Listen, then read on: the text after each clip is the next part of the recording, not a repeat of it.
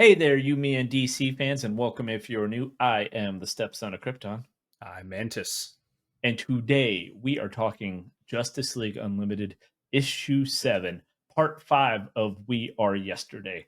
Mantis, are you ready to get on into the issue? Oh yeah. All right, well, I don't want to waste any time, so let's go ahead and jump on into it.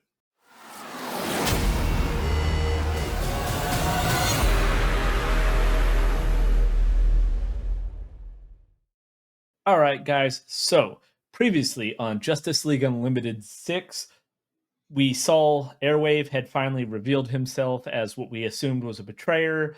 Come to find out that Grodd had been messing with him. We got some backstory into that before we see him get vaporized, just as the League shows up. So now, issue 7. I know I said before it was part 5 of the We Are Yesterday. There is a multi part series. However, it does span across the World's Finest series as well. So, there we go. World's Finest 38. We'll cut that and make it edit it and make it look better. Is actually part 1. Then you had Justice League Unlimited 6 is part 2.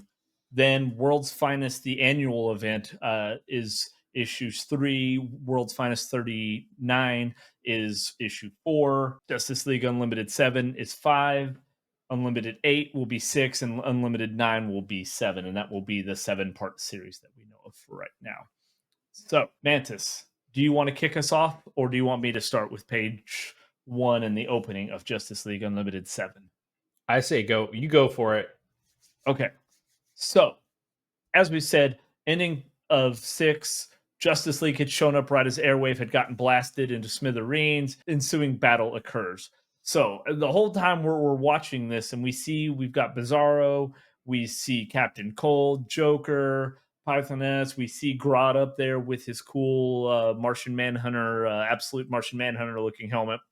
Mm. The whole time, Grodd's narrating this about kind of how much fun this is. And we're seeing our heroes get blasted by what looks to be a similar beam to what Airwave did, but not quite because they're not disintegrating. Page 2, and we see Supergirl saying, most of these guys were accounted for. Now, if you remember from Justice League Unlimited 5, they had them on the screen and they were monitoring them when they were trying to figure out who these guys were, that Inferno was. They were looking at the members, and they'd even said that Luthor had lost his memories. Sinestro had rejoined the Green Lantern Corps. So obviously, she's pointing out that, hey, we accounted for these guys. Plus, they're wearing kind of their old costumes, which obviously they say is from years ago, which is kind of a hint to what's going on here. We go and we see one of the last few heroes left that is standing is Elongated Man. Odd pick. But we see Sinestro. He's got him pinned up there. We've got a Black Manta, and we see Grodd coming in. And he's wondering why they disguised themselves as Inferno. And, Grodd tells him, hey, we did this to kind of throw you off the scent so you wouldn't suspect. Because clearly they didn't, right? Again, what we just talked about, they were thinking all these guys are accounted for. He asked about the weapons and if they actually killed their friends. And, he tells him, he's like, there are too many invulnerable types in the Justice League to make a one-size-kills-all weapon. How convenient. I did like the one. Well, it is true because, you've got basically a damn near immortal alien from a different, galaxy. You've got multiple, you've got a goddess, you've got some, different types of invulnerable characters there. So makes sense that there's not a one size kills all. But then, and he says that obviously that they couldn't kill him. So they did the next best thing that you could in keeping him alive, because we flash to way back when, because we see a T-Rex and Firestorm's about to be eaten by him, which, Mantis and I were kind of talking about right before this. He's like, I'm pretty sure Firestorm could handle a T-Rex and they'd be eating pretty good. And, probably some of the other dinosaurs would too. But we see, and we're not getting any times yet. That's not going to happen until later. But we see Nightwing, and he's up against a polar bear. And we see Flash and Green Arrow in what looks to be the Old West. And then, obviously things are starting to make a little more sense what the guns actually had done to these guys. So we see Elongated Man, and as his arm's stretching, he grabs a gun And of course, he's trying to be a little cocky, saying, "Hey, you underestimated me." And boom, the gun's destroyed by Luther with a blast from his hand. So I don't know that they were necessarily underestimating him or Uh, not. yeah. And he thinks they're going to send him through time like the others. And Joker says, "We have other plans for him." And he alludes to, he's like, "Can we break this one?" Like He's maybe like, get the "I need a plaything." Like, we went along with your plan and moving these guys in different points in time, but, like, can we, like, torture this one? Old Joker doing his torturing, gets kicks out of that shit, so, yeah, kind of and then, of course, yeah, they walk out and just leave him to be I say they, uh, I think it looks like Sinestro and Joker are the ones that kinda stay back and are taking pleasure in gutting that boy, so Yeah, they're having some fun. There's the two of the more crazy ones, but Lex makes a comment, that they have yet to find Superman or Batman, and it's funny because as we've been going through these comics, and especially the Justice League Unlimited series, we don't see a lot of Superman, and we get a little bit more of Batman, but not too much more, given that they're the heavy hitters of the Justice League. Whereas, as we've just done in recent videos, we've had, the Summer of Superman special. We've had Superman Unlimited, like actually that's just released today. We've had all of these Superman centric comics starting up. And absolute Superman. We've got all of this different stuff, but in the Justice League, we have yet to see a lot of Superman. We're getting to yeah. see a lot of the side characters, the B squad here. So I think that's kind of interesting. Oh, yeah. Yeah. So now we first get, as we see who we were just talking about, Superman. We get the wow, right? Hmm. We finally get that we're in Arabia at 14,000 BC. So Superman, boom, tries to go. He's trying to fly away. Gets smashed into this basically this bubble, this force field. And they're realizing they can't get to the barriers, right? Now, this is alluded to in World's Finest issue 39. The barriers and are explained in more detail. I, however, I don't have issue 39 or even the annual World's Finest. I am waiting on them to be in order because my local comic book store apparently just never got them. So uh, I've got to catch up on what's going on in the portals as well. But we know we're back. We're back 14,000 BC. We're way, way, way back in time. But then we go to the Indian Ocean and we catch up with Captain Marvel, except we're in 19,642 CE, See? Common Yeah. Era.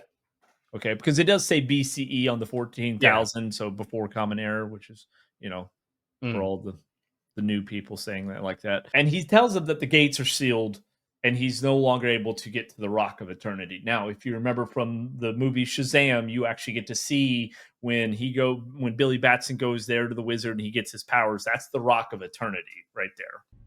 Keeper of the Rock of Eternity. Oh, you're that guy. So we can assume he always has connection to that, but he doesn't feel that connection anymore. Does that affect his powers, or is it just more or less like those Fortress of Solitude for Superman, where it's just a place to chill? It is a place chill, but it is where basically his power, like that's part of where his He power, derives it. yeah. Okay, so he's So in trouble. Honestly, he maybe not lost his powers, but he can't necessarily recharge them, or he's got diminished ability where he's at currently. So yeah, so he needs to be able to have that. And if you remember, also in the movie, did an okay job depicting of like how like some random door that they could do could send him right back to it, or like he could Hmm. just sometimes think and boom be back there, or kind of teleport around. That's the whole having the connection to the Rock of Eternity. So now we go back to Green Arrow and Flash, except we finally see that they're like we had originally hypothesized they're in the Old West. That's what it looked like. They're in 1872, and Barry says even he can't speed them home, right? Can't enter the Speed Force and any way to get them home. And then we see Supergirl and Mister Terrific and good old Martian Manhunter John. They're in the year 2212, except of all of the different characters so far, they're on Jupiter. The Hmm. residents there don't seem to be a fan of the Martian race. No, Martian Manhunter is not very well liked in the neighborhood. Now, I will say of all of them, Nightwing and his good old polar bear friend Gar, if you remember, Gar has the ability to change into various different animals. I think they got the worst of the deal there. So because Yeah. they are literally on Earth, but they are at the end of time. Say hi And to Doomsday. right, bye. That's what had to happen to him.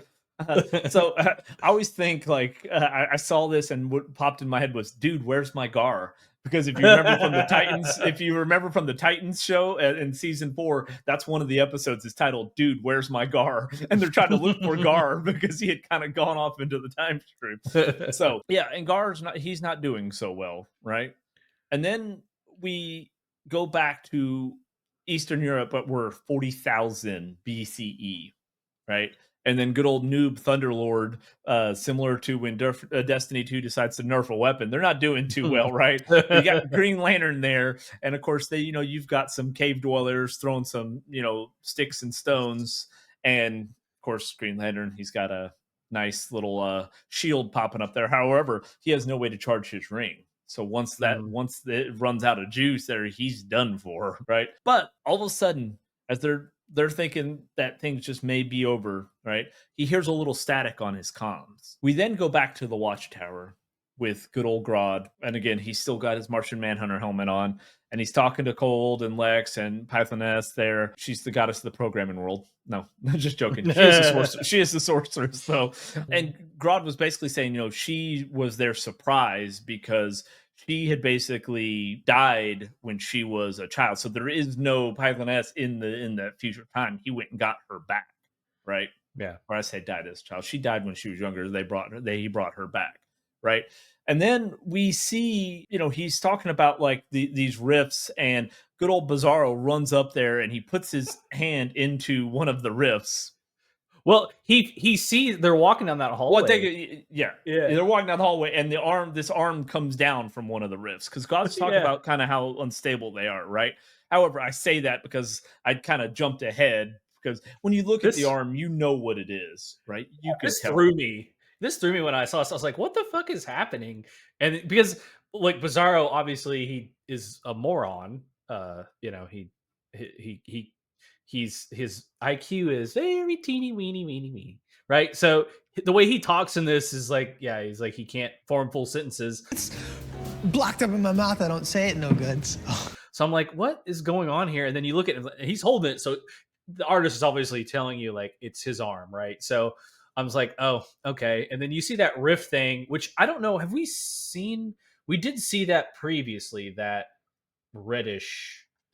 Yes. So when Grodd is talking to Airwave and he's explaining to him everything going on, we saw the rifts and then his master plan of what he's going to do and how he has to harness the tachyon energy and use the Omega rifts that were caused by Darkseid's death. Right when Darkseid died, he left this Omega rift, and it's actually duplicated across the universe.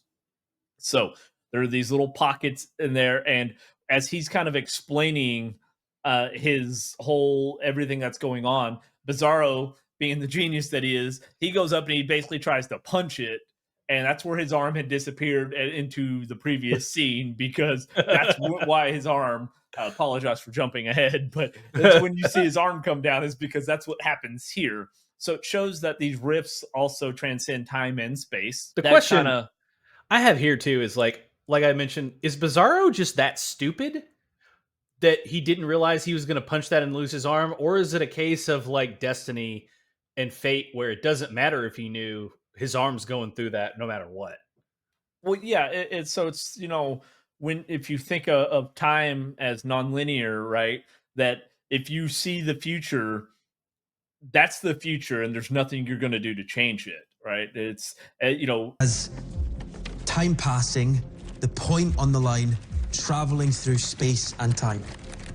But in fact, the cube, the line, is fixed. It's just sitting there. There's no future. There's no past. It just is. And people might see the future and think, I'm going to do all these different things to change it. And actually, that's what led up to that future.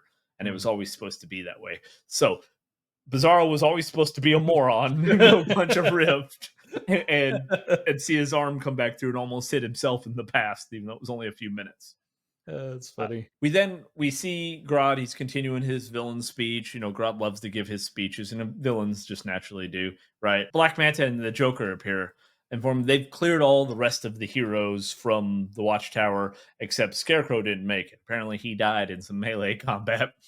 Uh, Now, Grodd holds up this rock and he says, "This is the key, right?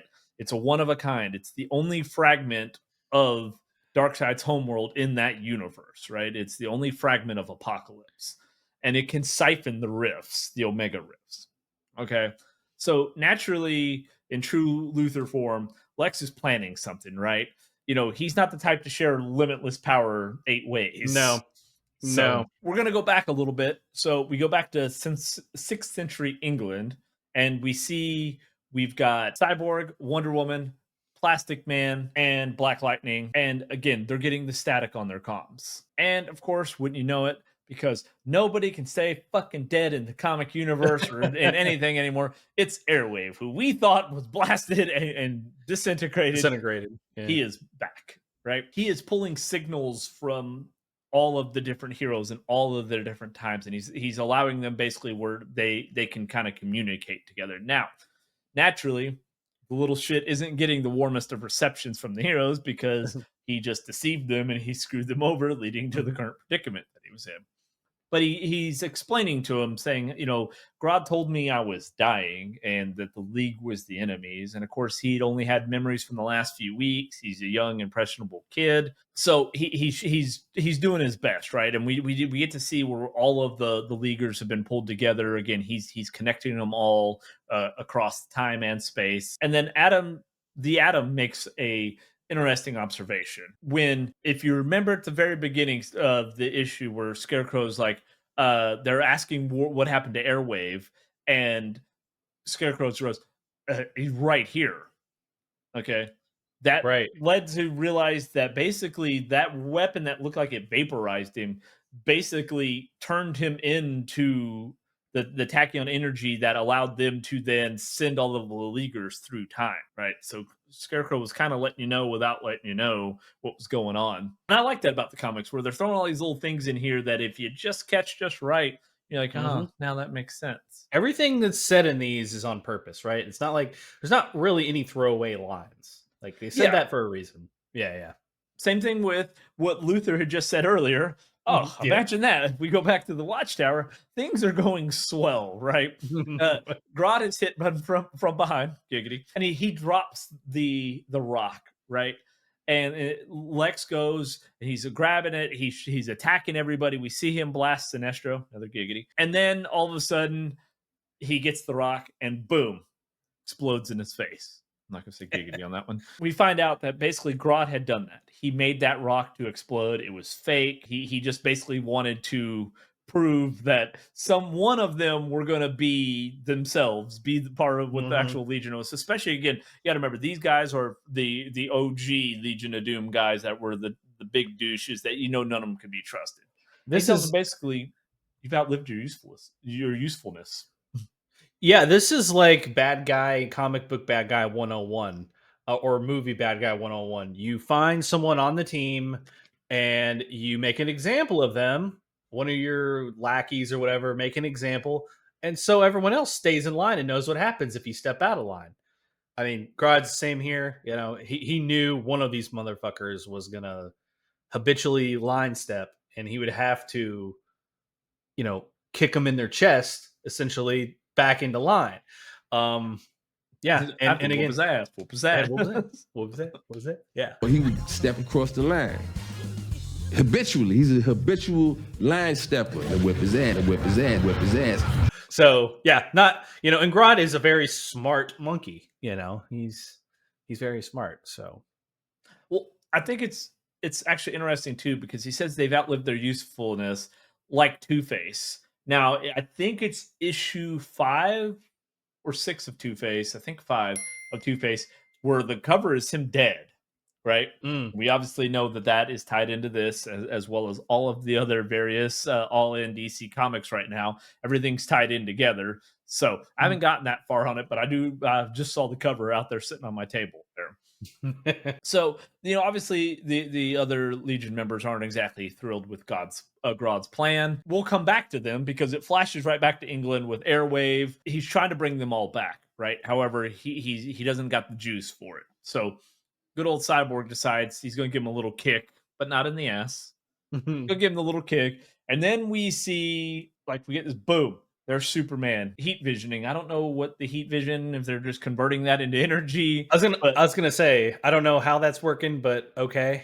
we got thermal energy, right? Because then we got the Flash doing his little hand. He's doing the Mr. Miyagi, wax on. But Mhm. we got all of the different types of clean energy there. Because now we got wind. Stargirl's giving us the sunlight. She's giving us the light. So we got all of these, and then of course we've got Black Lightning giving us some lightning there. So we got all this nice clean energy, and with all of their powers combined, he becomes Captain Planet. I'll turn you into a fucking tree. Captain Planet, motherfucker. No, that's not true. He does not. However, it's all pretty well short lived because as they're trying to bring him back, there's this.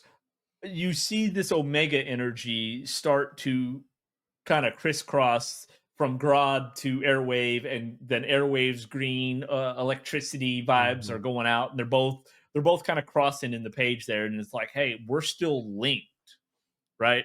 Their energies are poisoning each other, and Airwave tells them, hey, time is breaking, it's collapsing. And then just then Airwave's consumed by the Omega energy. But knowing comics, that little turd isn't dead just yet. And then kaboom, Grodd seems to be atomized. But this just then, again, can't be disappeared for too long. We see him back, but he's got the Omega symbol on his head, right?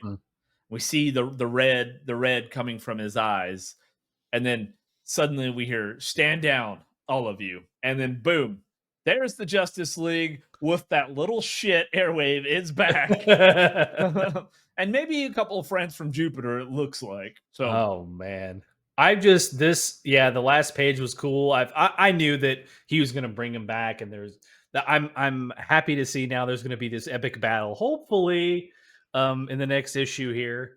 And what's really interesting with Grodd there is he possessed by Darkseid, or is he just using Darkseid's Omega energy, and that's what's going on there? It's hard to tell. If I had to guess right now, I would say it's the Omega energy, because if you're following along with the New God series, we kind of think there's a different thing happening with Darkseid there. I'm not going to spoil it yet. We may do a New God series because that one's a very interesting one. Let us know down in the comments if you would like us to expand into the mini series that may actually end up being, I think it might actually end up being longer, but of the New Gods, we can do that because a little more of what's going on with Darkseid after his death is being explained in that series. So, yep, a lot going on in this issue. We jump back a lot, in time, in places with all of our different heroes. It's kind of like a Avengers moment where we bring them all up together for Endgame, basically. Sorry, DC fans. I know I brought Marvel into it. I didn't mean to, but it's okay. In-game's good stuff there. I mean, it's so funny they make this big deal about putting these superheroes in different points in time, and they're there for like 10 pages. So it's just funny how fast that changed. Although you mentioned it. Oh, go ahead. I was going to say, we spent half the comic explaining where they were in time to they went there in half a page, they came back in half a page. The middle of the comic was explaining all the places they're at in time. Yeah, they did not stay there very long at all. Yeah. And again, maybe some of this happens in between, like you said, in the other issues, in the World's Finest issues, and the what was the other one? The Not the World's Finest, but the other issue you mentioned, the other comic. I can't remember what it is. The New Gods? No. That's a part of this 5. Oh no. So that's World's Finest, but that's the annual World's Finest. Annual. It's like the annual. Okay. Yeah. Okay. So I mean, they mention it where at the beginning of this comic book, Scarecrow's there. He's with them, and then all of a sudden he's fucking not, right? And I know there's a little. It's a double-edged sword, right? Like I like them branching out, like you said, like all the stuff's intertwined, but when you do that, then it's like, now I've got to go buy and read all these other comic books to figure out what the fuck happened to Scarecrow. How did Superman and Batman capture him? What happened there? What's with the fucking force field that apparently only exists in Arabia? Like what? Why is it only them that mention the force field stuff? So now I'm just like, damn, now I'm gonna go buy those and figure out what's on with that. Well, I think because Superman was the only one that tried to fly out, right? Like he tried to fly up, where like Flash even said he goes, "I can't even speed us out of here." So maybe he did, we just didn't see it. Oh, could Um, be, yeah, yeah. but yeah, you are left wondering because I will tell you too, everything that's going on with the Legion right between issues 5 and 6. If you because I just finally got caught up on the Atom Project, that weighs heavily in there because you see Inferno in there, and there's a big deal going on with Captain Atom as well. So that's another amazing series because Captain Atom is one of my favorites as well. If you want us again to do a whole series on the Atom Project, it definitely kind of ties everything together as far as from absolute power over to this new universe. So Yeah, let us know in the comments on this stuff because again, we're just doing this. We wanted to kind of stick together with the Justice League Unlimited series. I know we've released several other individuals like the Absolute side. We're doing individual reviews, or I don't know what you call them. We'll just call it that. Of the individual issues of those. If you want us to do, well, like Cal said, if you want us to do other series, let us know because we definitely can do it. and then also let us know like how you feel. I know we're asking there's a lot of homework here, but do you like the where we do them both together? Because I know these run a little bit longer as I'm looking at the clock here. I'm like, geez.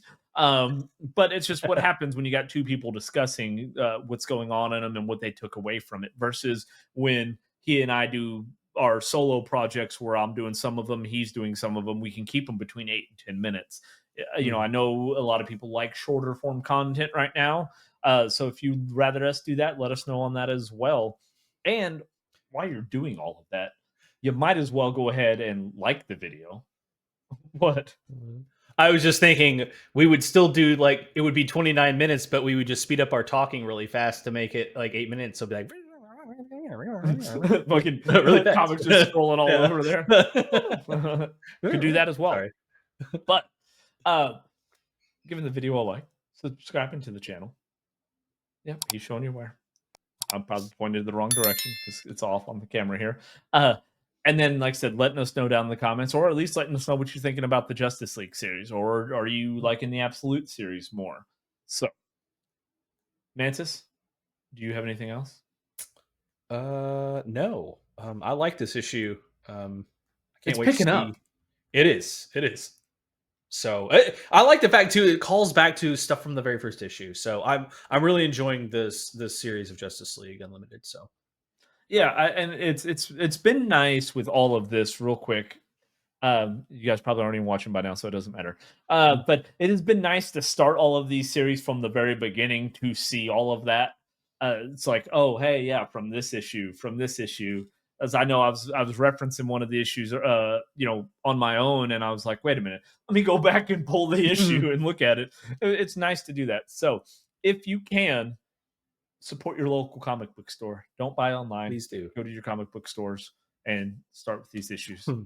They may have to order you some, but they're still early. Like I said, we're only on issue 7. So, Yep. all right, Hey, guys. What? Go ahead. nothing. Go for it. To keep this under the average length of your normal television show, we're going to go ahead and wrap it for it on this episode of You, Me, and DC. Until next time, guys, we'll see you then. Later.